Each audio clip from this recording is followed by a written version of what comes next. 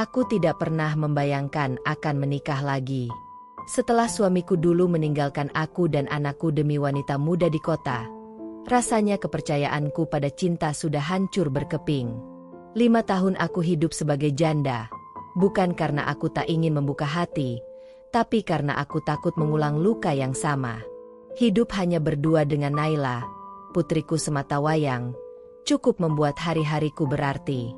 Dia satu-satunya alasan aku bangun pagi dan bertahan malam-malam penuh sunyi. Kami tinggal di rumah kecil peninggalan orang tuaku di pinggiran kota. Tidak besar, tapi cukup hangat. Aku membuka jasa jahit di depan rumah. Kadang menerima pesanan kebaya, kadang hanya permak celana. Asal halal dan bisa menghidupi kami, aku jalani semuanya. Aku pikir hidup seperti ini sudah cukup. Sampai suatu hari, saat aku sedang menjahit pakaian di teras, seorang pria datang membawa celana bahan robek di bagian lutut. Ia tersenyum ramah, memperkenalkan diri sebagai Arman. "Bu Rina, bisa bantu jahit ini?" Suaranya dalam, tapi lembut. Ada kerutan halus di sudut matanya saat ia tersenyum. Ia terlihat matang, dewasa, tapi tidak membuatku merasa terintimidasi. Dari percakapan ringan itu, aku tahu bahwa dia duda juga. Istrinya meninggal karena kecelakaan 2 tahun lalu, dan sejak saat itu ia hidup sendiri di kontrakan tak jauh dari tempatku. Ia sering melihatku dari kejauhan, katanya, dan baru hari itu memberanikan diri untuk mampir. Lama-lama saya jadi suka ngelihat Bu Rina duduk di sini sambil menjahit, katanya sambil tertawa ringan. Aku hanya tersenyum gugup, tidak tahu harus menanggapi apa. Sudah lama tak ada lelaki yang menggoda, apalagi yang sebaya dan tampak sopan. Hari-hari setelahnya, ia sering datang. Awalnya hanya mengantar kain untuk dijahit. Lama-lama ia datang tanpa alasan. Kadang membawa gorengan, kadang hanya duduk di teras menemaniku bercerita. Ia tidak pernah menyentuhku, tidak pernah melontarkan rayuan norak seperti lelaki lain. Justru itu yang membuatku nyaman. Naila pun tampaknya menyukainya. Ia memanggilnya Om Arman, dan sering meminta tolong saat butuh antar jemput kuliah jika aku sedang sibuk menjahit. Arman selalu memperlakukanku dengan hormat. Saat aku batuk di pagi hari, ia mengantar wedang jahe. Saat Naila ulang tahun, ia membawa kue dan boneka beruang besar. Rasanya seperti keluarga kecil itu perlahan terbangun kembali. Setelah hampir 7 bulan mengenalnya, Arman melamarku. Ia tidak berlutut, tidak membawa cincin emas berlian. Tapi ia menggenggam tanganku dengan erat dan berkata, "Aku tidak butuh istri yang sempurna. Aku hanya ingin menjalani hidup ini bersama seseorang yang mau saling menjaga." Aku menangis. Bukan karena bahagia, tapi karena takut. Takut percaya lagi. Takut jika semua ini hanya kebetulan manis yang nantinya menyakitkan. Tapi saat aku melihat Naila memelukku dan berkata, "Aku senang ibu bahagia lagi," aku memutuskan untuk mencoba. Mungkin aku layak diberi kesempatan kedua. Pernikahan kami sederhana. Hanya akad di masjid dekat rumah. Tidak ada pesta, tidak ada musik. Hanya aku, Arman, Naila, dan beberapa kerabat yang datang mendoakan. Di hari itu, aku benar-benar percaya bahwa Tuhan telah mengobati lukaku. Bahwa pria ini adalah hadiah atas kesabaranku selama ini. Kami pindah ke rumah kecil milik Arman. Tidak terlalu besar, tapi bersih dan rapi. Aku membawa mesin jahitku dan memulai kembali usaha kecilku dari ruang tamu. Naila masih tinggal bersama kami, karena kampusnya tak jauh dari rumah. Arman tetap pria yang sama, ramah, perhatian, dan lembut. Ia memelukku setiap pagi sebelum kerja, dan mencium keningku sebelum tidur. Ia tidak pernah marah kalau makananku terlalu asin, tidak pernah mengeluh kalau aku terlalu lelah menjahit hingga larut malam. Dan yang membuatku semakin yakin, ia memperlakukan Naila dengan sangat baik. Bahkan seperti ayah kandungnya sendiri. Kalau aku punya anak perempuan, aku mau dia kayak Naila. Cerdas dan sopan, katanya suatu malam. Aku tersenyum, merasa hidupku akhirnya lengkap. Anak yang bahagia, suami yang baik, rumah tangga yang damai. Aku tak pernah menyangka, di balik kelembutan itu, sedang tumbuh sesuatu yang diam-diam membunuhku perlahan. Tapi aku belum tahu, belum mencium bau busuk itu. Yang ku tahu, aku sedang bahagia. Setelah bertahun-tahun bertahan sebagai janda yang disalahpahami dan dijauhi tetangga, aku akhirnya punya seseorang yang bisa kupanggil suami. Seseorang yang tidak menilaimu dari masa lalumu. Aku ingin percaya, sungguh ingin percaya bahwa cinta keduaku ini tidak akan melukai seperti sebelumnya. Namun ternyata, luka kali ini bukan di tubuh, tapi di hati. Dan rasanya jauh lebih menyakitkan. Hari-hariku setelah menikah dengan Arman berjalan lebih tenang dari yang kubayangkan.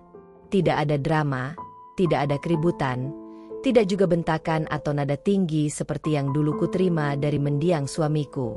Arman berbeda. Ia tahu cara memperlakukan wanita dengan lembut, tahu waktu untuk bicara dan diam, dan yang paling kuperhatikan, dia sangat pandai menempatkan diri di antara aku dan Naila. Awalnya, aku bersyukur.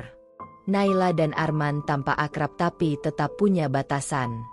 Naila sering duduk bersama kami saat makan malam, ikut tertawa mendengarkan candaan-candaan Arman yang ringan tapi menghibur. Kadang mereka berbagi cerita tentang film atau musik, kadang hanya saling lempar komentar soal berita yang sedang ramai di televisi. Namun entah sejak kapan, aku mulai merasa seperti hanya penonton di antara mereka. Ada masa-masa saat aku pulang dari kios bahan dan menemukan mereka sedang duduk bersama di ruang tamu, tertawa kecil sambil menonton film. Saat aku masuk, mereka langsung berdiri dan Arman akan menyapa. "Sudah belanja, sayang?" Tapi Naila hanya tersenyum, lalu berlalu ke kamarnya seolah ingin menghindar. Pernah satu malam aku terbangun dan tak melihat Arman di sampingku. Kukira dia ke kamar mandi. Tapi beberapa menit berlalu, tidak ada tanda-tanda ia kembali. Aku keluar kamar dan menemukan Arman di dapur, berdiri dengan gelas air putih di tangannya. Kupikir dia sedang haus. Tapi ketika aku bertanya kenapa tidak kembali tidur, jawabannya agak mengambang. Lagi nggak bisa tidur. Tadi dengar suara dari arah kamar Naila. Kirain dia sakit, katanya pelan. Aku hanya mengangguk. Mungkin aku terlalu percaya. Mungkin juga aku terlalu capek untuk berpikir jernih malam itu. Tapi yang jelas, semenjak malam itu aku mulai peka terhadap banyak hal kecil yang sebelumnya kuabaikan. Misalnya, cara Arman memperhatikan Naila. Ia selalu memuji gaya berpakaian Naila. Bahkan ketika Naila hanya mengenakan kaos dan celana pendek di rumah, Arman berkomentar, "Gaya Naila selalu kelihatan segar, ya." Saat kami bertiga makan di warung, Arman lebih sering menanyakan pendapat Naila soal makanan daripada aku. Bahkan kadang dia menyuapkan makanan ke mulut Naila sambil bercanda, membuatku tertawa kaku. Tapi tak pernah kusangka bahwa gestur itu perlahan menusuk hatiku dengan rasa tak nyaman. Naila, seperti biasa, tidak pernah menunjukkan perubahan. Tapi justru itu yang membuatku bingung. Anakku itu pendiam sejak kecil. Tak mudah ditebak.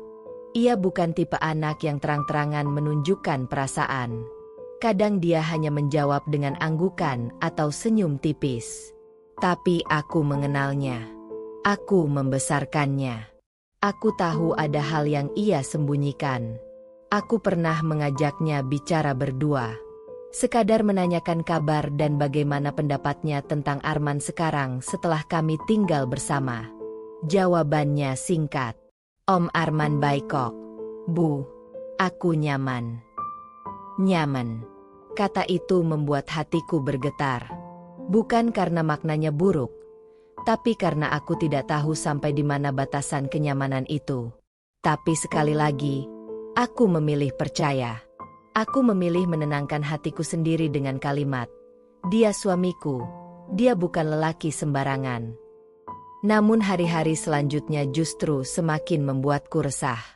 Suatu siang saat aku pulang dari belanja kain, aku mendapati Arman dan Naila sedang duduk di ruang tengah. Jarak mereka tak terlalu dekat, tapi sorot mata Arman pada Naila tidak seperti biasa. Seolah ada kekaguman yang ditahan. Seolah ia melihat Naila bukan sebagai anak tirinya, tapi sebagai wanita dewasa yang menarik. Aku tidak ingin menuduh. Aku tidak punya bukti. Tapi aku tahu perasaan seorang ibu. Intuisi yang muncul begitu saja, bahkan sebelum logika sempat bicara. Rasa curiga itu makin menguat ketika aku melihat Naila sering mempercantik diri meski hanya di rumah. Ia jadi sering berganti pakaian, memakai lip tint, atau mengoleskan lotion wangi di malam hari.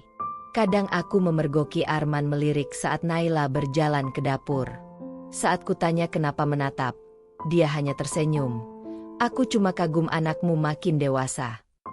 Kalimat itu terdengar netral. Tapi dari nada dan caranya mengucapkan, aku mulai merasa aneh. Aku tidak pernah sewas-was ini dalam rumah sendiri. Tapi aku juga tidak berani menyampaikan keresahanku secara langsung. Aku takut dikira paranoid. Aku takut jika tuduhanku salah, aku justru menyakiti hubungan kami yang sudah rapuh sejak awal. Aku mulai mencatat setiap hal kecil yang terasa tidak wajar. Arman yang semakin sering memuji Naila, Naila yang semakin sulit diajak ngobrol denganku, suasana di rumah yang sering berubah canggung saat aku masuk ruangan. Aku juga mulai memperhatikan bahwa Naila tidak pernah menatapku langsung jika aku menyebut nama Arman. Seolah ada sesuatu yang membuatnya merasa bersalah, atau mungkin merasa tertangkap. Aku sempat berpikir untuk mengajak Arman bicara. Tapi aku ragu. Bagaimana kalau dia tersinggung? Bagaimana kalau justru aku yang salah menilai dan malah menghancurkan kehangatan yang selama ini kupeluk erat? Hingga akhirnya, aku memutuskan untuk diam. Memendam semua pertanyaan itu sendiri, menyembunyikan kegelisahan dalam senyum palsu setiap hari. Karena aku tidak ingin kehilangan lagi. Karena aku sudah terlalu lelah menjadi perempuan yang selalu ditinggalkan. Tapi satu hal yang pasti, dalam hati kecilku, aku tahu, kehangatan yang dulu kupuja, kini mulai membakar perlahan. Dan mungkin aku akan hangus di dalamnya sebelum sempat menyadari bahwa ini bukan lagi rumah, tapi neraka yang tersembunyi di balik pelukan. Ada malam-malam yang membuatku sulit bernapas, bukan karena udara yang sesak, tapi karena kenyataan yang diam-diam menusuk. Malam-malam ketika aku berbaring di samping suamiku, tapi hatiku mengembara jauh, penuh tanya dan keraguan yang tak berani kuucapkan. Hari itu, semuanya dimulai dari hal sepele. Aku sedang menyetrika pakaian di ruang belakang ketika Naila keluar dari kamar mandi dengan hanya mengenakan handuk. Itu bukan hal yang asing. Kami memang tinggal dalam rumah kecil, dan kadang Naila terburu-buru jika hendak ke kampus. Tapi kali ini berbeda. Arman sedang duduk di ruang makan, hanya beberapa langkah dari lorong tempat Naila lewat. Aku tak sempat bersuara. Aku hanya menatap dalam diam, dan melihat bagaimana kepala Arman menoleh cepat ke arah Naila. Pandangannya bukan pandangan seorang ayah. Bukan pandangan sekilas yang spontan. Itu tatapan yang menetap terlalu lama. Terlalu dalam. Seperti hendak mengingat setiap detail dari tubuh yang seharusnya dia jaga. Tubuhku kaku. Aku mencoba meyakinkan diri bahwa mungkin aku yang berlebihan. Tapi detik itu, sesuatu di dadaku runtuh. Sebagai wanita, aku tahu pandangan seperti apa yang penuh hasrat. Dan pandangan Arman bukan sekadar kekaguman. Itu adalah nafsu. Naila buru-buru masuk ke kamarnya. Arman kemudian berdiri, pura-pura mengambil air minum di dispenser. Saat aku berjalan ke arah dapur, dia tersenyum padaku seperti biasa. Tapi senyum itu tak lagi kurasakan hangat. Senyum itu berubah jadi topeng yang menakutkan. "Aku tadi lihat Naila makin mirip kamu waktu muda," ucapnya enteng. Aku ingin memaki, tapi lidahku keluh. Kutahan amarah itu dengan menarik napas panjang, pura-pura sibuk mengisi termos. Aku tahu jika aku mengkonfrontasinya saat itu juga, aku akan meledak, dan aku tak siap menghadapi kebenaran. Sejak hari itu, aku mulai memperhatikan hal-hal kecil yang selama ini mungkin aku abaikan. Arman sering keluar kamar malam-malam. Alasannya buang air kecil atau haus. Tapi anehnya, kadang saat aku bangun, kamar Naila terbuka sedikit. Lampunya mati, tapi suasana seperti baru saja ada orang keluar dari sana. Aku mulai mencatat, bukan di buku, tapi di hati. Semacam penumpukan bukti tak terlihat yang setiap hari menekan pikiranku. Naila pun berubah. Ia jadi lebih tertutup. Kalau dulu setiap pulang kuliah, ia biasa duduk bersamaku di ruang tamu, sekarang lebih sering langsung masuk kamar. Bahkan saat aku mengetuk pintunya untuk sekadar bertanya apakah dia lapar, jawabannya sering singkat dan datar. Udah makan di kampus, Bu. Kadang aku ingin mengoyak pintu itu, memaksa anakku bicara. Tapi sesuatu menahanku. Mungkin karena aku takut. Takut jika akhirnya benar bahwa kecurigaanku bukan sekadar perasaan. Satu malam, aku memutuskan untuk pura-pura tidur lebih awal. Aku sengaja membiarkan pintu kamar sedikit terbuka. Dari sela-sela itu, aku bisa mengintip ke ruang tengah. Waktu menunjukkan hampir pukul 11 malam. Suara TV di ruang depan menyala, menunjukkan Arman masih belum tidur. Beberapa menit kemudian, aku mendengar langkah pelan. Bukan langkah Naila. Aku mengenal suara langkah anakku, ringan dan cepat. Langkah ini lebih berat. Sedikit berhati-hati. Arman. Aku mendekap jantungku yang berdetak tak karuan. Aku tak berani keluar. Aku hanya membuka lebih lebar celah pintu dan menahan napas. Dari posisi tempat tidurku, aku bisa melihat Arman berdiri di depan kamar Naila. Ia tak langsung mengetuk. Ia berdiri cukup lama, seakan menunggu atau menimbang.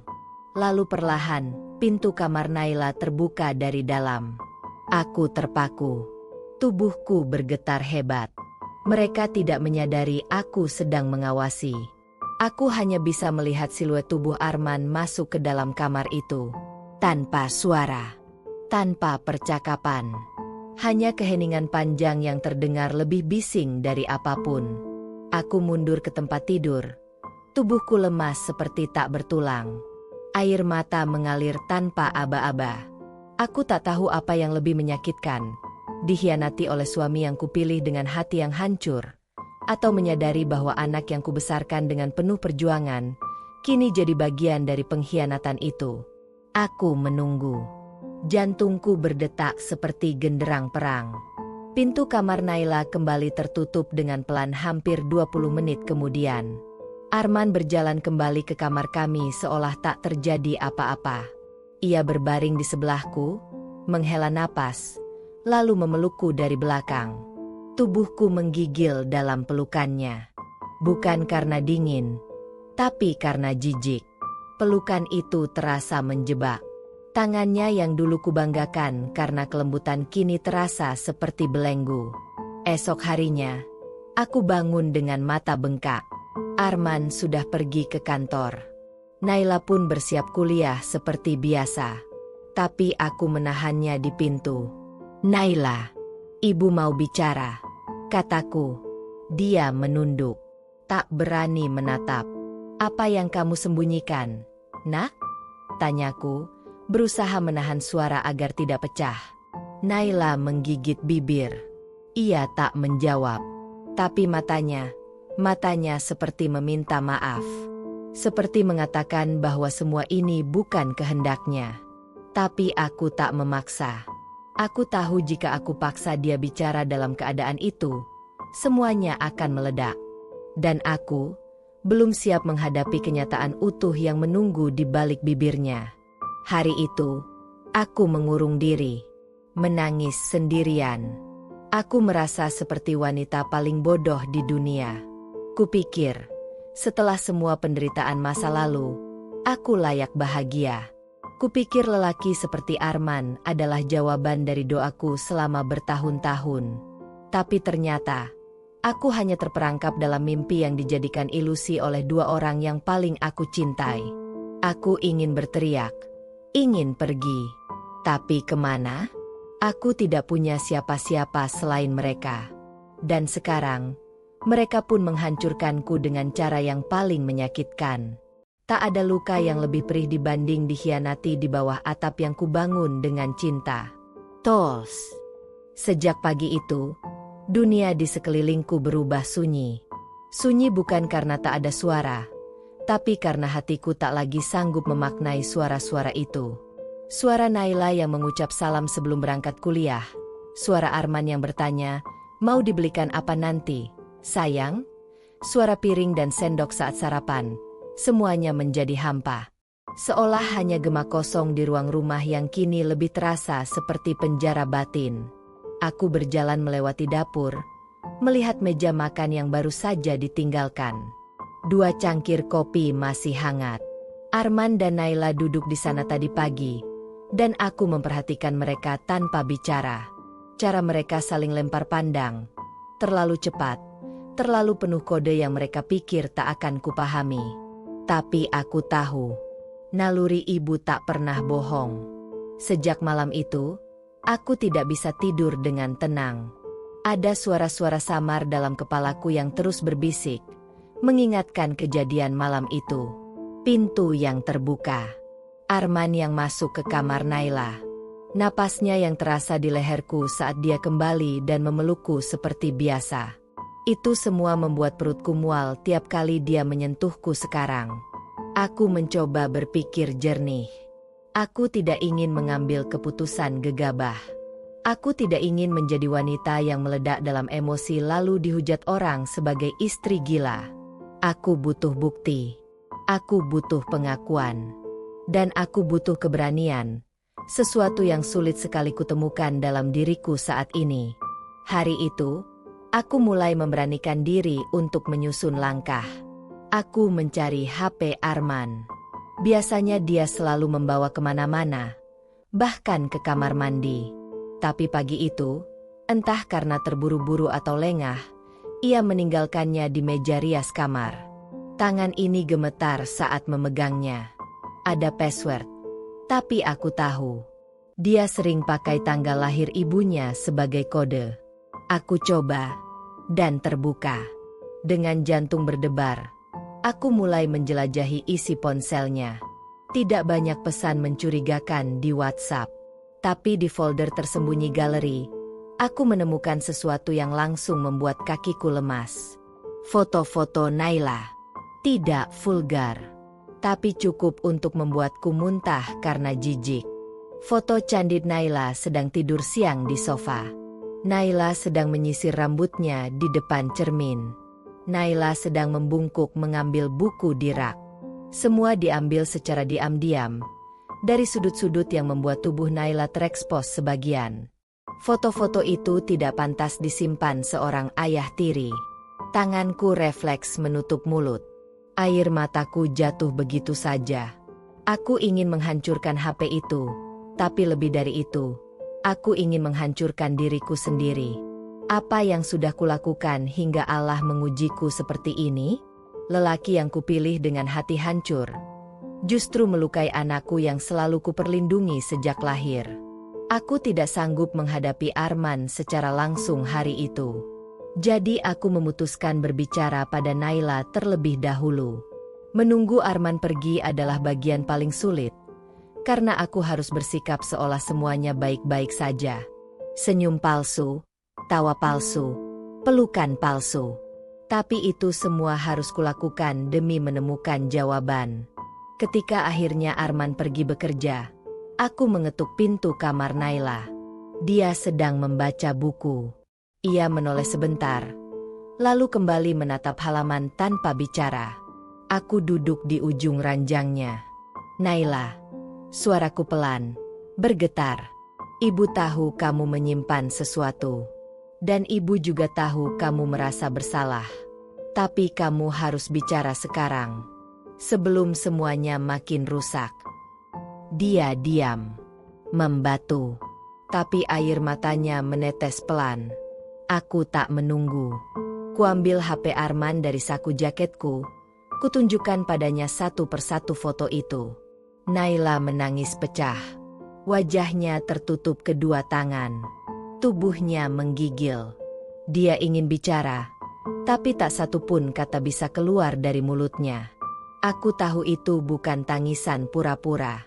Aku tahu itu tangisan anak yang sangat ingin dimaafkan dan sangat ingin dilindungi. Dia bilang, dia sayang sama aku, Bu. Naila akhirnya bicara dalam isak. Awalnya dia cuma suka ngobrol. Terus, dia mulai bilang aku mirip ibu waktu muda. Dia mulai pegang tangan aku waktu nonton TV.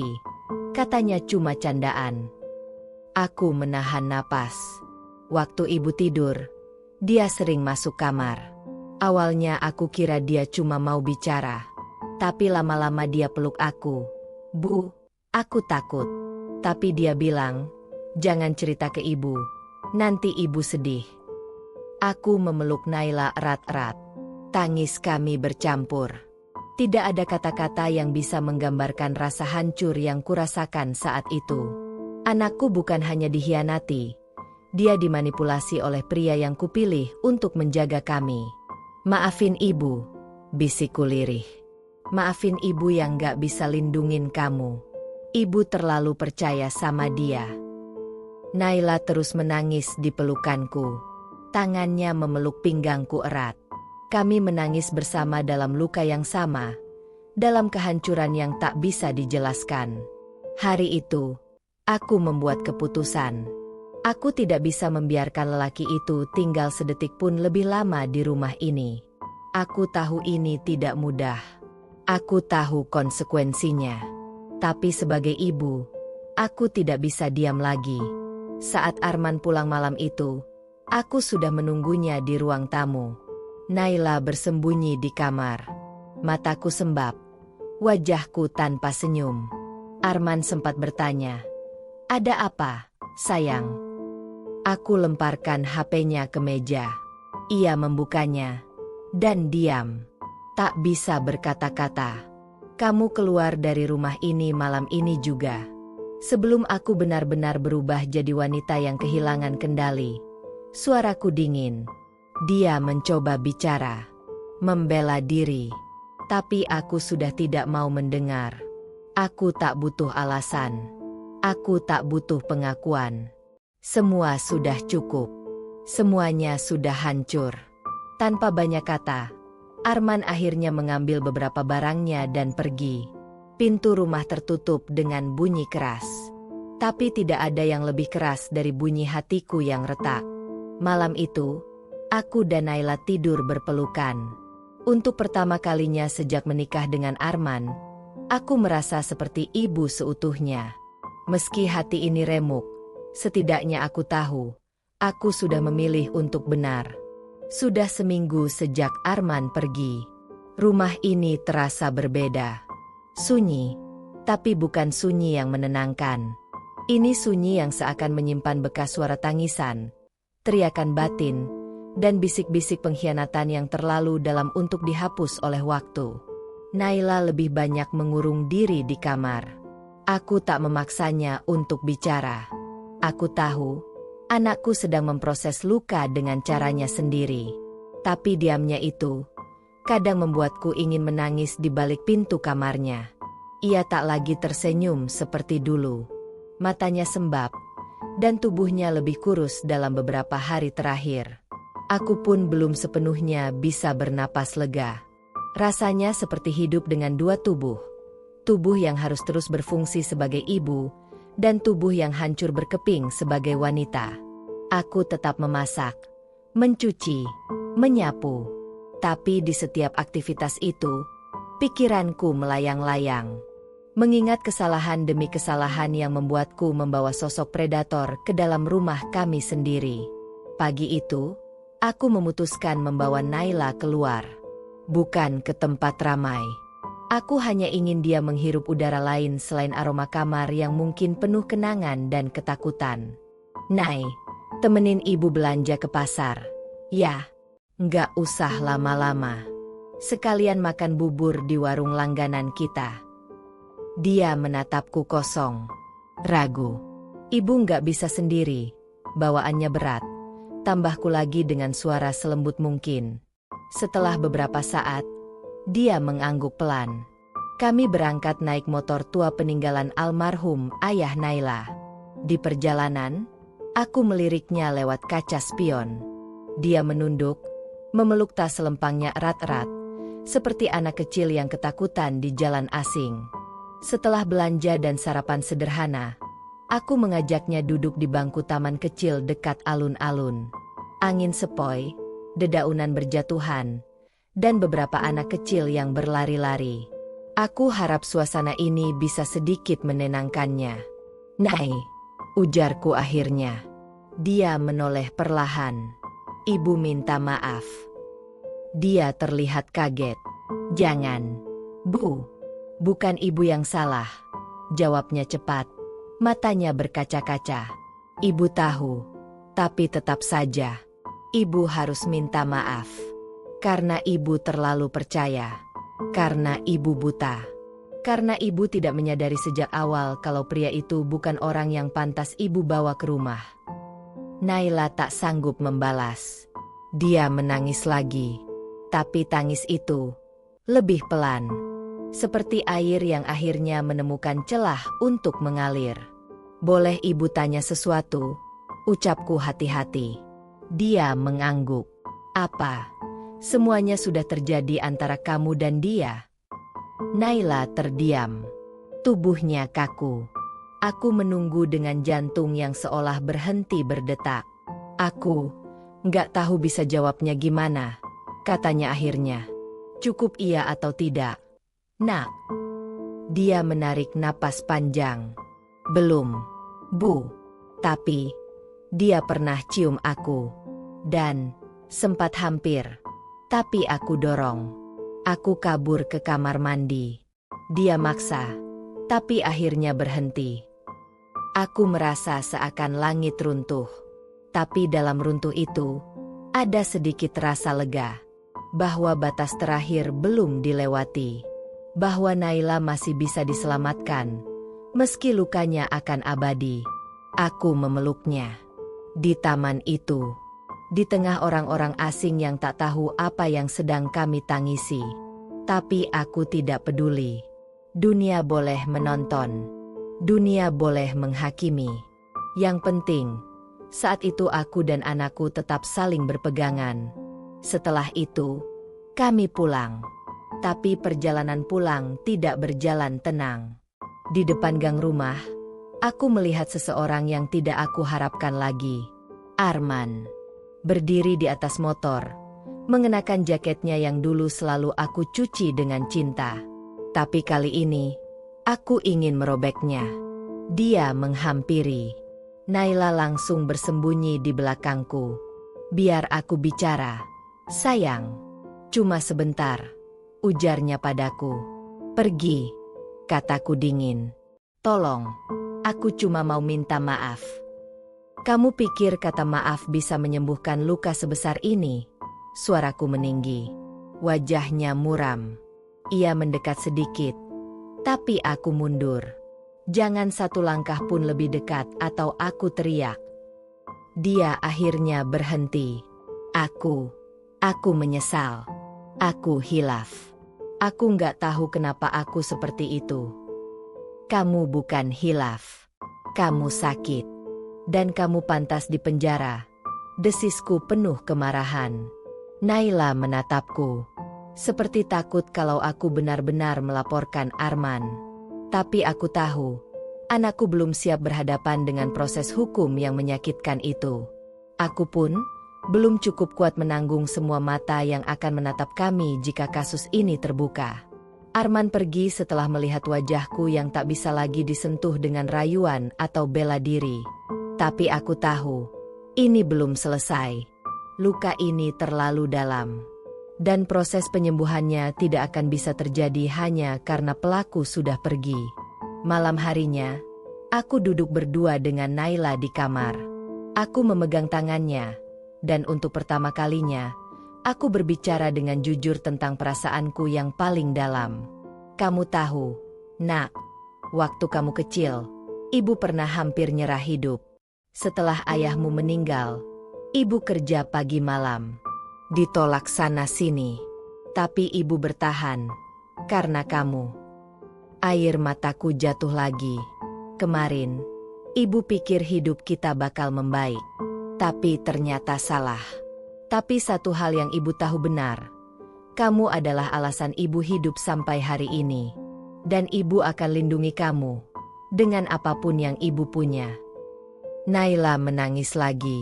Kali ini, dia memelukku lebih erat. Tak ada kata. Tapi pelukannya cukup memberi energi padaku. Mulai malam itu, aku memutuskan untuk perlahan membangun hidup dari awal lagi. Bukan demi diri sendiri, tapi demi Naila. Anak perempuan yang hampir direnggut masa depannya oleh lelaki yang seharusnya menjadi pelindung. Aku mulai mencari pekerjaan sampingan. Aku juga mulai konsultasi diam-diam dengan psikolog untuk membantu Naila dan juga diriku sendiri. Aku tahu ini tidak akan mudah. Tapi aku tidak mau menyerah. Karena luka memang tidak bisa dihapus. Tapi luka bisa dijahit. Dan selama aku masih bernapas, aku akan menjahit luka anakku, meski dengan benang dari air mata sendiri. Terkadang, yang lebih menyakitkan dari luka adalah tatapan orang-orang yang mengira mereka tahu segalanya. Yang lebih menusuk dari pengkhianatan adalah cibiran mereka yang hanya melihat permukaan, tapi merasa pantas menilai seluruh hidup kita. Sejak Arman pergi, tetangga-tetangga mulai bertanya. Mulut mereka tampaknya tidak pernah kehabisan bahan, seolah hidupku adalah sinetron yang tayang setiap pagi. Dari yang sekadar bertanya basa-basi, hingga terang-terangan menyindir. Bu Rani, suaminya kemana? Kok udah lama nggak kelihatan? Tanya Bu Erni sambil menyapu depan rumah. Matanya tak lepas dari wajahku. Aku menjawab seadanya. Lagi di luar kota, Bu. Urusan kerja.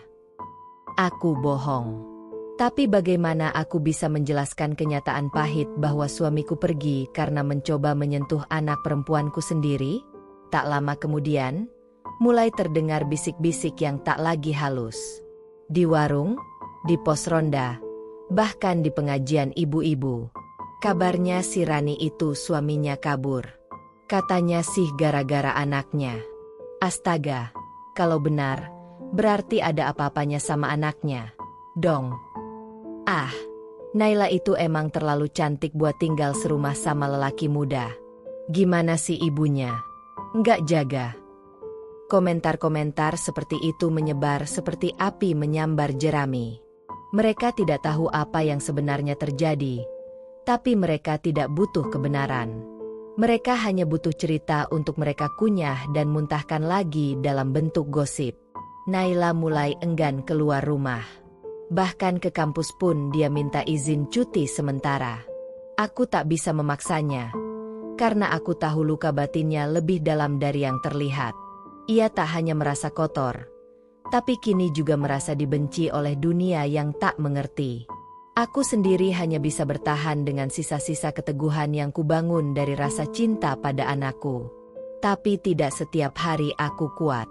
Ada malam-malam saat aku berteriak tanpa suara di kamar mandi, menggigit handuk agar isak tangis tak terdengar. Di tengah tekanan itu, datanglah kejutan yang tak pernah kuduga. Naila masuk ke kamarku malam itu. Ia membawa sebuah map plastik dan duduk di sebelahku. Matanya serius, seperti ada sesuatu yang sangat penting ingin dia sampaikan. Ibu, katanya pelan, aku mau pergi dari rumah. Aku tertegun. Apa maksudmu? Aku sudah daftar kerja, Bu, di Bandung. Diterima di toko buku. Temanku yang bantu. Aku mau mulai hidup sendiri. Aku nggak kuat terus-terusan jadi bahan omongan orang. Aku tercekat. Napasku seolah tertahan. Anak perempuanku ingin meninggalkanku. Di saat aku masih mengais kekuatan untuk menyembuhkannya, dia memilih menjauh. Naila, kamu pikir ibu kuat kalau kamu pergi? Ibu kuat. Lebih kuat dari siapapun yang pernah aku kenal, jawabnya sambil menggenggam tanganku. Tapi aku juga harus belajar kuat sendiri. Di sini, aku terus disalahkan. Aku terus merasa jijik sama diri sendiri. Aku pengen mulai dari awal. Aku menangis. Tapi aku tahu dia benar. Di kota ini, dengan omongan orang yang tak berhenti, mungkin dia memang tak akan pernah benar-benar sembuh. Mungkin menjauh dari sumber trauma adalah satu-satunya jalan baginya untuk menemukan kembali dirinya. 2 hari kemudian, Naila benar-benar pergi. Kami berpelukan lama di terminal. Tak banyak kata yang bisa kami ucapkan. Hanya doa dan tangis yang menjadi pengantar kepergiannya. Kalau ada apa-apa, kabari ibu. Ya, ucapku bergetar. Dia mengangguk. Dan kalau ibu butuh aku, panggil. Aku pasti pulang. Aku berdiri cukup lama setelah bus yang membawanya pergi menghilang di tikungan. Aku merasa seperti kehilangan bagian dari jiwaku. Tapi aku juga tahu, kadang cinta itu harus melepaskan, bukan menggenggam terlalu erat. Kehidupan setelah Naila pergi menjadi jauh lebih sepi. Aku bangun pagi-pagi buta, membuat sarapan yang akhirnya hanya kusimpan di meja. Aku menyapu lantai yang sudah bersih. Aku bicara sendiri pada cermin, kadang tertawa kosong, kadang menangis tiba-tiba. Aku tahu aku harus melakukan sesuatu, apa saja, agar aku tidak tenggelam. Lalu, aku ingat sesuatu. Jahitan. Dulu, sebelum aku menikah lagi, aku sempat ambil kursus menjahit dari kelurahan. Mesin jahitnya pun masih ada, meski sudah lama teronggok di gudang. Aku keluarkan mesin itu. Berdebu, tapi masih bisa digunakan. Setiap hari, aku mulai menjahit. Bukan hanya pakaian, tapi juga luka-luka dalam diriku. Aku menjahit sambil mendengarkan musik pelan, kadang sholawat, kadang lagu-lagu lama yang dulu sering aku nyanyikan untuk Naila waktu dia kecil. Aku mulai menerima pesanan tetangga-tetangga yang dulunya gemar bergosip. Ironisnya, mereka kini datang membawa kain, meminta tolong dijahitkan baju. Aku melayani mereka dengan senyum. Bukan karena aku sudah melupakan semua yang mereka katakan, tapi karena aku memilih berdamai dengan caraku. Dari hasil menjahit itu, aku perlahan menabung. Setiap lembar uang yang kuselipkan di kotak kecil itu, aku bayangkan wajah Naila. Suatu hari nanti, aku ingin menemuinya. Mungkin membukakan usaha kecil, mungkin sekadar membelikan mesin jahit untuk dia pakai sendiri. Sampai hari itu datang, aku akan terus bertahan. Karena begitulah hidupku. Ditinggal, dicibir, dikhianati, tapi tak pernah kubiarkan diriku benar-benar jatuh. Dan yang paling penting, aku masih punya harapan. Bandung menyambutku dengan langit mendung dan jalanan basah. Aroma tanah yang baru saja disiram hujan menguar kuat, bercampur bau asap knalpot dan lalu lalang langkah kaki pejalan. Tidak ada pelukan ibu, tidak ada sapaan hangat dari orang yang mengenalku. Hanya aku, koper kecil, dan hati yang belum tahu harus percaya pada siapa lagi. Aku tiba di tempat kos yang telah dibantu temanku carikan. Sebuah kamar kecil di gang sempit, diapit rumah-rumah penduduk yang dindingnya saling berdempetan seperti saling menyandarkan nasib. Kamar itu berukuran sekitar 3x3 meter. Kasur tipis di pojok, lemari kayu bekas, kipas angin kecil di atas rak, dan sebuah meja belajar tua. Tapi buatku, ini adalah ruang kemerdekaan, tempat yang kutuju untuk lari dari cerita lama yang menyesakan. Aku mulai bekerja 2 hari setelahnya. Toko buku tempatku bekerja tak terlalu besar, tapi cukup ramai. Lokasinya di pinggiran kampus. Pengunjungnya kebanyakan mahasiswa. Aku bertugas menata buku, melayani pembeli, dan sesekali mengantar paket keluar. Hari-hari awal, aku masih kaku. Aku bicara seperlunya, menunduk bila disapa, dan sering merasa dadaku sesak saat melihat pria paruh baya mendekat. Luka di pikiranku belum sembuh, hanya tertutup oleh keberanianku mengambil jarak. Namun waktu memang selalu berjalan, dan tanpa sadar aku mulai akrab dengan rekan-rekan kerja. Salah satunya, Indira, gadis ceria asal Sukabumi yang kerja sambilan sambil kuliah. Dia berbeda dari teman-temanku dulu. Dia tidak pernah bertanya tentang masa lalu, tapi selalu ada ketika aku diam terlalu lama. Kalau lagi dia melulu gitu, berarti kamu nahan cerita. Gimana kalau kita cerita sambil makan batagor di pojokan sana? Katanya suatu sore, menggodaku. Aku tertawa pelan, dan untuk pertama kalinya sejak aku tiba, aku merasa seperti manusia normal. Kami makan bersama, tertawa bersama, dan perlahan aku mulai merasa nyaman dengan hidup baruku. Luka di hati belum hilang, tapi setidaknya aku tak lagi berdarah-darah. Sampai satu malam, aku pulang lebih larut dari biasanya. Toko baru saja selesai audit, dan kami semua harus lembur.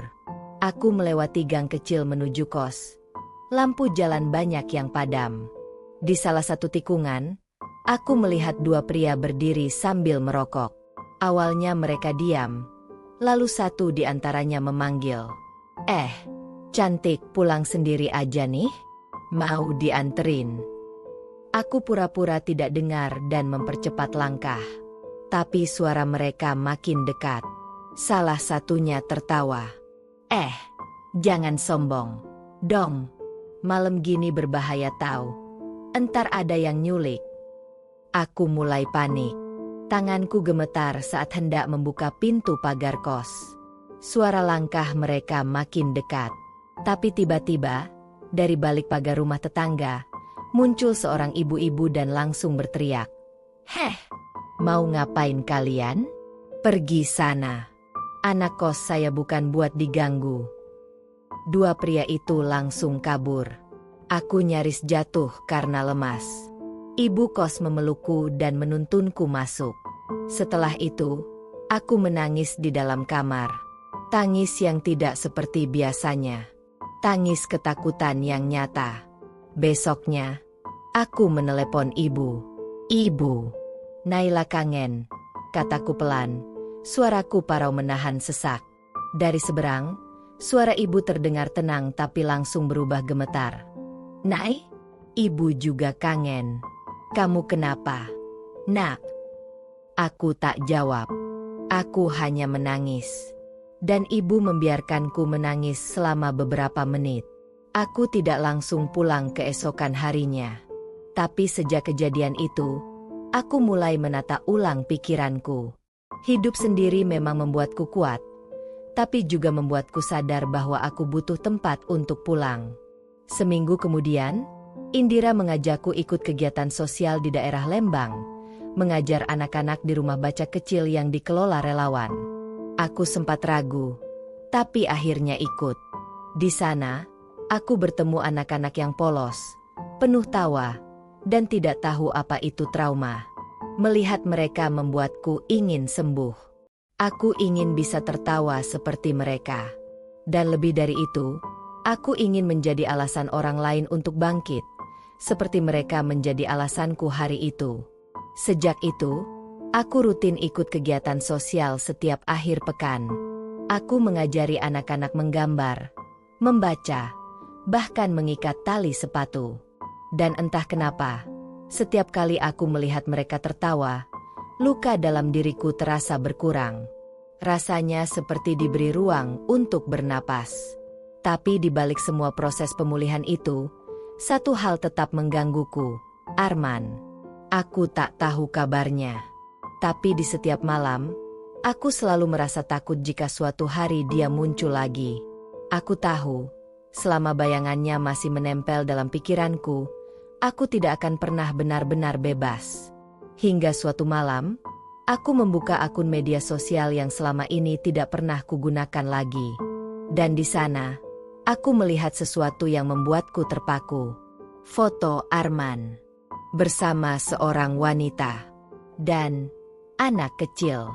Deskripsi fotonya tertulis, "Akhirnya, rumah baru, hidup baru, bersama keluarga kecilku." Aku tak tahu harus merasa apa. Marah, iri, atau lega? Yang pasti, saat aku melihat foto itu, aku tidak lagi merasa takut. Aku tidak ingin mengganggunya. Aku juga tidak berharap dia mendapat balasan. Aku hanya ingin percaya bahwa dia akan menjauh selamanya. Dan malam itu juga, aku menulis pesan singkat untuk ibu. "Bu, boleh Naila pulang minggu depan?" Ibu membalas dengan cepat. "Pintu rumah ibu gak pernah dikunci untuk kamu.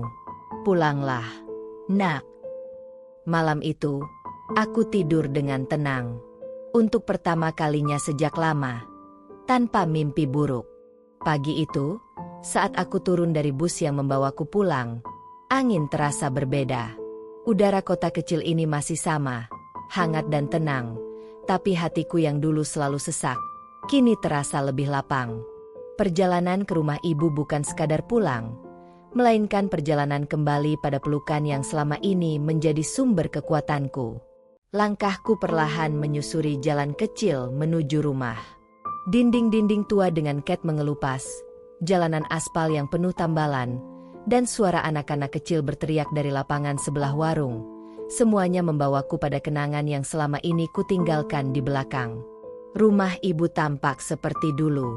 Tidak ada yang berubah. Masih dengan pagar kayu yang sudah agak goyah dan genteng merah yang sebagian mulai ditumbuhi lumut. Tapi ketika aku melangkah masuk, ada satu hal yang berubah. Wajah ibu. Ia berdiri di ambang pintu, mengenakan daster coklat yang biasa ia pakai saat memasak. Tapi wajahnya tampak lebih lelah dari terakhir kali aku melihatnya. Matanya memerah. Mungkin karena menangis terlalu sering atau kurang tidur. Tapi saat melihatku, matanya berbinar, dan senyum yang sudah lama tak kulihat muncul begitu tulus. "Naila," bisiknya. Aku langsung berlari memeluknya.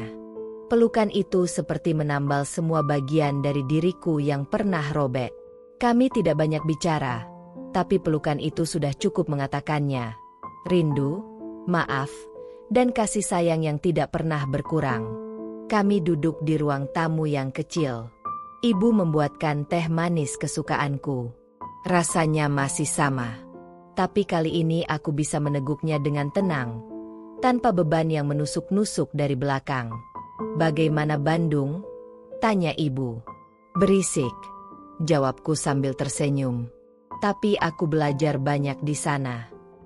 Ibu hanya mengangguk, seolah memahami kalimat itu lebih dalam dari yang bisa aku jelaskan. Aku tidak bercerita banyak soal kejadian malam itu, tentang lelaki yang hampir membuatku trauma lagi. Aku juga tidak bilang soal foto Arman dengan keluarga barunya. Bagiku, itu sudah tak relevan. Yang penting hari ini, aku pulang. Beberapa hari setelah kepulanganku, hidup kami mulai kembali ke ritme lama. Ibu sibuk menjahit, sementara aku membantu menata kain, menyortir benang, dan sesekali menerima tamu. Yang mengejutkan, sebagian besar tetangga yang dulu suka bergosip, kini justru ramah. Naila udah pulang? Alhamdulillah, sehat ya, nak, kata Bu Erni suatu pagi saat aku menyapu halaman. Aku tersenyum kecil. Iya, Bu. Alhamdulillah. Tidak ada permintaan maaf. Tidak ada pengakuan bahwa mereka dulu ikut menyakiti kami dengan lidah mereka. Tapi aku juga tidak butuh itu. Kadang, memaafkan bukan tentang orang lain, tapi tentang kita yang memilih tidak lagi membiarkan luka itu berkuasa. Aku mulai menjahit bersama ibu. Awalnya hanya membantu, tapi lama-lama aku mulai menerima pesanan sendiri. Kami seperti tim kecil. Dan jujur saja, untuk pertama kalinya dalam hidupku, aku merasa benar-benar berguna. Aku tidak hanya sembuh, aku sedang tumbuh. Namun, hidup tidak pernah benar-benar damai terlalu lama. Suatu siang, saat aku sedang menjahit baju pesanan pernikahan, terdengar suara motor berhenti di depan rumah. Aku mengintip dari jendela, dan tubuhku langsung kaku. Arman. Dia berdiri di depan pagar, mengenakan kemeja hitam dan celana bahan. Wajahnya sedikit berubah. Kumisnya lebih tebal, tubuhnya tampak lebih kurus. Tapi sorot matanya masih sama. Sorot yang dulu membuatku merinding. Aku menahan napas. Jantungku berdegup kencang. Ibu keluar lebih dulu. Ia berdiri di depan pagar dengan kedua tangan terlipat di dada. "Ngapain kamu kesini?" "Aku cuma mau bicara," jawab Arman, pelan tapi cukup terdengar. "Sekali saja." "Bicara apa? Kamu pikir setelah semua yang kamu lakukan, kamu bisa seenaknya datang ke rumah ini?" "Aku cuma ingin minta maaf. Aku tahu aku salah, Bu. Tapi aku harus sampaikan langsung." Aku melihat dari balik gorden. Tubuhku gemetar. Ingin rasanya aku berteriak, memintanya pergi. Tapi aku juga tahu, bagian dari diriku butuh penutupan. Aku membuka pintu dan berjalan pelan ke arah pagar. Ibu menoleh, matanya menyiratkan kekhawatiran, tapi ia tidak mencegahku. Aku berdiri di hadapan Arman. Jarak kami hanya terpisah pagar. "Apa yang kamu mau?" tanyaku dingin. Arman menunduk. "Aku tahu aku salah. Aku pengkhianat. Tapi sejak kamu pergi, hidupku nggak pernah tenang. Aku mimpiin kamu terus. Aku cuma mau minta maaf." Aku tertawa pendek, getir. "Kalau kamu minta maaf supaya kamu tenang, simpan saja. Aku nggak butuh. Aku nggak cari keadilan lagi, apalagi permintaan maaf. Yang aku butuh cuma, kamu nggak pernah lagi muncul dalam hidup kami." Dia menatapku, bibirnya bergerak-gerak seolah ingin bicara lagi. Tapi aku menutup pembicaraan itu dengan satu kalimat tegas. "Kamu sudah mati buat kami. Pulanglah ke keluargamu yang baru. Jangan rusak yang sudah kamu bangun di sana." Lalu aku berbalik, masuk rumah, dan tidak menoleh lagi. Ibu menyusulku ke dalam. Kami tidak bicara apa-apa. Tapi di tengah diam itu, aku merasa sebuah beban besar lepas dari pundakku. Arman tidak lagi punya kuasa. Tidak atas tubuhku, tidak atas pikiranku, dan tidak atas masa depanku. Malam itu, aku tidur di samping ibu. Seperti anak kecil yang baru pulang dari mimpi buruk. Dan saat aku membuka mata esok paginya, aku tahu, aku telah menang. Sejak kepergian Arman dari depan rumah, hidupku benar-benar seperti dihidupkan kembali. Ada semacam kepastian yang meneduhkan bahwa ia tidak akan pernah lagi hadir dalam hidupku. Tidak dalam bentuk bayangan, tidak dalam mimpi buruk, dan yang pasti, tidak lagi menyesaki pikiranku setiap kali aku hendak tertawa. Hari-hari setelahnya kulewati dengan lebih ringan, dan untuk pertama kalinya dalam bertahun-tahun, aku bisa bilang, aku bahagia. Ibu semakin sering mengajakku ngobrol soal banyak hal, bukan lagi soal masa lalu atau luka-luka kami, tapi tentang rencana masa depan. Ia bahkan menyarankan agar kami membuka usaha kecil menjahit khusus kebaya pengantin. Orang-orang sekarang mulai banyak cari model yang tradisional tapi elegan. "Nai," katanya suatu pagi sambil menata katalog lama. Aku tertawa kecil sambil menyisir kain brokat di pangkuanku. Ibu ini semangat banget. Padahal dulu suka bilang gak bisa ngikutin selera zaman. "Tapi ibu lihat kamu punya bakat. Jahitanmu makin rapi. Warna pilihanmu selalu cocok. Kalau kita bisa mandiri, siapa tahu bisa punya kios sendiri nanti," ucapnya penuh keyakinan. Kalimat sederhana itu membuatku tersentuh. Bukan hanya karena aku merasa dihargai, tapi karena ibu ternyata selalu melihat kemampuanku, bahkan saat aku sendiri belum sadar bahwa aku punya nilai. Dan mulai saat itu, setiap malam aku mulai menggambar sketsa kebaya sendiri. Aku mengumpulkan inspirasi dari internet, membuat daftar bahan-bahan, sampai mempelajari teknik pola yang lebih rumit. Aku belajar bukan lagi untuk menghindari luka, tapi untuk menyambut hari esok yang lebih terang. Suatu hari, aku memutuskan mengunjungi rumah baca tempatku pernah mengajar anak-anak saat di Bandung. Aku merasa berutang banyak kepada mereka, pada senyum-senyum kecil yang tak sadar telah menyelamatkanku dari keterpurukan. Aku membawa beberapa buku cerita bergambar, hasil patungan kecil dengan ibu. Kami naik bus ekonomi ke Bandung, dan meskipun perjalanan memakan waktu lama, tapi senyum ibu sepanjang jalan membuat segalanya terasa seperti tamasya. Sesampainya di sana, anak-anak langsung berlarian menghampiri. Mereka mengingatku. Mereka masih ingat namaku, cara aku membaca cerita dengan intonasi lucu. Bahkan ada yang berlari sambil menyeret buku favorit yang dulu sering aku bacakan. Salah satunya, Via, gadis kecil dengan 2 gigi kelinci di depan, memelukku dan berkata, "Kak Naila, kamu kemana aja? Aku kangen." Aku nyaris menangis. Dalam pelukan kecil anak itu, aku merasa seperti menemukan kembali diriku yang utuh, yang tidak tercabik masa lalu, yang tidak dihancurkan oleh cinta yang salah. Hari itu, aku dan ibu menghabiskan waktu bersama anak-anak. Kami membaca buku, menggambar bersama, dan bahkan mengajarkan mereka membuat origami sederhana. Salah satu relawan yang dulu sempat bekerja denganku, Kak Dina, menghampiriku di akhir sesi. Ia memperhatikan sketsa kebaya di buku catatanku yang sempat kulihat-lihat saat istirahat. "Kamu jago juga gambar pola ya. Ini bisa dijual loh, Nay," katanya kagum. Aku tersenyum kecil. "Masih belajar kok, Kak. Nggak usah merendah. Ini bagus. Kamu pernah kepikiran gabung ke pelatihan usaha kecil dari Dinas Kota? Ada banyak program yang bantu perempuan korban kekerasan dan perempuan kepala keluarga buat punya usaha sendiri. Aku bisa bantu referensinya kalau kamu mau."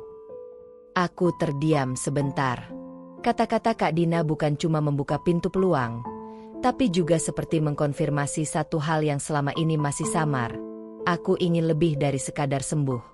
Aku ingin berdiri tegak di atas kakiku sendiri. Setelah kembali ke rumah, aku bercerita kepada ibu. Responnya positif, malah lebih semangat daripada aku sendiri. Kami mulai mengumpulkan dokumen, membuat proposal kecil, dan bahkan ibu menjahitkan satu sampel kebaya khusus untuk difoto dan disertakan dalam lamaran program. 3 minggu kemudian, aku resmi diterima dalam pelatihan wirausaha perempuan dampingan Kementerian Sosial Daerah. Pelatihan itu bukan hanya soal cara membuat usaha dan menghitung modal, tapi juga tentang mentalitas. Setiap peserta punya cerita masing-masing. Ada yang ditinggal suami, ada yang korban kekerasan, ada pula yang seperti aku, pernah dikorbankan oleh cinta yang salah. Tapi yang paling menyentuh, kami semua tetap hidup. Luka tidak membuat kami mati. Luka membuat kami tumbuh. Meskipun lambat, tapi pasti. Di akhir program, aku dan ibu diundang dalam sebuah pameran kecil UMKM lokal. Kami menampilkan 3 kebaya karya kami, dan 2 diantaranya langsung diminati tamu dari luar kota. Bahkan ada yang menawarkan kerja sama skala kecil untuk pengiriman ke butik pengantin. Di tengah acara itu, seseorang menghampiriku. Pria muda dengan jas abu-abu dan clipboard di tangan. "Kamu Naila, ya? Aku dari tim dokumentasi. Boleh kamu cerita sedikit tentang perjalananmu? Kita lagi bikin liputan untuk tayangan inspiratif." Aku sempat ragu. Bukan karena takut, tapi karena aku tidak yakin apakah aku siap membuka kisah masa lalu ke publik. Tapi saat aku melihat ibu, yang tersenyum bangga melihatku dari kejauhan, aku tahu, ini bukan lagi tentang aib. Ini tentang keberanian. Aku bicara, pelan tapi yakin. Aku tidak menyebut nama, tidak membuka identitas siapapun, tapi aku jujur tentang yang pernah kualami. Tentang suami yang mengkhianati, tentang anak yang kubela tapi justru menghancurkan, tentang luka yang dalam, tentang perjalanan jauh untuk menyembuhkan diri, dan tentang keputusan untuk hidup kembali. Saat aku selesai, kameramen menunduk sebentar, lalu tersenyum. "Cerita kamu luar biasa, Mbak. Terima kasih udah mau berbagi." Malam itu, sebelum tidur, ibu menghampiriku yang sedang menyetrika kain. Ia duduk di sampingku, menatapku lama.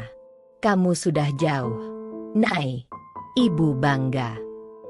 Aku tidak menjawab, hanya memeluknya lama. Karena memang tak ada kalimat yang cukup untuk menggambarkan perasaan itu. Aku, perempuan yang pernah hampir hancur, kini telah berdiri. Bukan karena kebetulan, tapi karena keberanian memilih hidup yang lebih baik. Dan aku tahu, luka itu mungkin akan tetap ada. Tapi luka itu tidak lagi melemahkanku. Luka itu, kini justru yang membuatku kuat. Sejak kepergian Arman dari depan rumah, hidupku benar-benar seperti dihidupkan kembali. Ada semacam kepastian yang meneduhkan bahwa ia tidak akan pernah lagi hadir dalam hidupku. Tidak dalam bentuk bayangan, tidak dalam mimpi buruk, dan yang pasti, tidak lagi menyesaki pikiranku setiap kali aku hendak tertawa. Hari-hari setelahnya kulewati dengan lebih ringan, dan untuk pertama kalinya dalam bertahun-tahun, aku bisa bilang, aku bahagia. Ibu semakin sering mengajakku ngobrol soal banyak hal.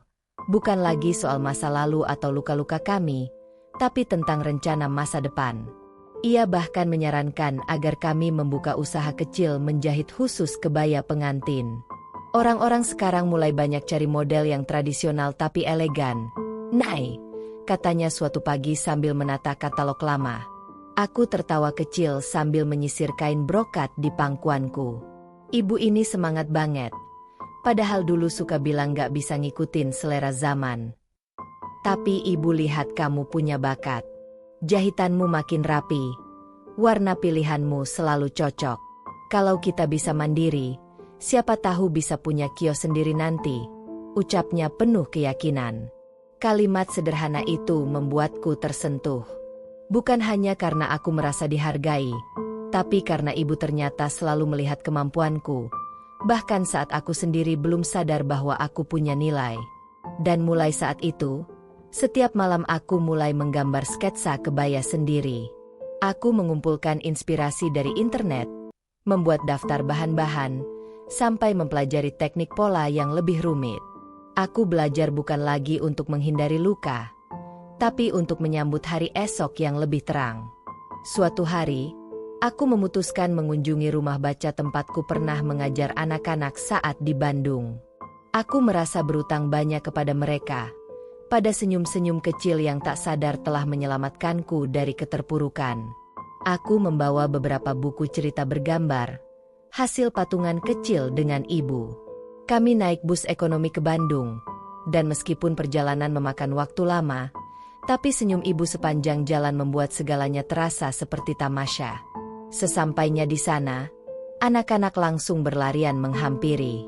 Mereka mengingatku. Mereka masih ingat namaku, cara aku membaca cerita dengan intonasi lucu. Bahkan ada yang berlari sambil menyeret buku favorit yang dulu sering aku bacakan. Salah satunya, Via, gadis kecil dengan 2 gigi kelinci di depan, memelukku dan berkata, "Kak Naila, kamu kemana aja? Aku kangen." Aku nyaris menangis. Dalam pelukan kecil anak itu, aku merasa seperti menemukan kembali diriku yang utuh, yang tidak tercabik masa lalu, yang tidak dihancurkan oleh cinta yang salah. Hari itu, aku dan ibu menghabiskan waktu bersama anak-anak. Kami membaca buku, menggambar bersama, dan bahkan mengajarkan mereka membuat origami sederhana. Salah satu relawan yang dulu sempat bekerja denganku, Kak Dina, menghampiriku di akhir sesi. Ia memperhatikan sketsa kebaya di buku catatanku yang sempat kulihat-lihat saat istirahat. "Kamu jago juga gambar pola ya. Ini bisa dijual loh, Nay," katanya kagum. Aku tersenyum kecil. "Masih belajar kok, Kak. Nggak usah merendah. Ini bagus." Kamu pernah kepikiran gabung ke pelatihan usaha kecil dari dinas kota? Ada banyak program yang bantu perempuan korban kekerasan dan perempuan kepala keluarga buat punya usaha sendiri. Aku bisa bantu referensinya kalau kamu mau. Aku terdiam sebentar. Kata-kata Kak Dina bukan cuma membuka pintu peluang, tapi juga seperti mengkonfirmasi satu hal yang selama ini masih samar. Aku ingin lebih dari sekadar sembuh. Aku ingin berdiri tegak di atas kakiku sendiri. Setelah kembali ke rumah, aku bercerita kepada ibu. Responnya positif, malah lebih semangat daripada aku sendiri. Kami mulai mengumpulkan dokumen, membuat proposal kecil, dan bahkan ibu menjahitkan satu sampel kebaya khusus untuk difoto dan disertakan dalam lamaran program. 3 minggu kemudian, aku resmi diterima dalam pelatihan wirausaha perempuan dampingan Kementerian Sosial Daerah. Pelatihan itu bukan hanya soal cara membuat usaha dan menghitung modal, tapi juga tentang mentalitas. Setiap peserta punya cerita masing-masing. Ada yang ditinggal suami, ada yang korban kekerasan, ada pula yang seperti aku, pernah dikorbankan oleh cinta yang salah. Tapi yang paling menyentuh, kami semua tetap hidup. Luka tidak membuat kami mati. Luka membuat kami tumbuh. Meskipun lambat, tapi pasti. Di akhir program, aku dan ibu diundang dalam sebuah pameran kecil UMKM lokal. Kami menampilkan 3 kebaya karya kami, dan 2 diantaranya langsung diminati tamu dari luar kota. Bahkan ada yang menawarkan kerja sama skala kecil untuk pengiriman ke butik pengantin. Di tengah acara itu, seseorang menghampiriku. Pria muda dengan jas abu-abu dan clipboard di tangan. "Kamu Naila?" "Ya, aku dari tim dokumentasi. Boleh kamu cerita sedikit tentang perjalananmu? Kita lagi bikin liputan untuk tayangan inspiratif." Aku sempat ragu. Bukan karena takut, tapi karena aku tidak yakin apakah aku siap membuka kisah masa lalu ke publik. Tapi saat aku melihat ibu, yang tersenyum bangga melihatku dari kejauhan, aku tahu, ini bukan lagi tentang aib. Ini tentang keberanian.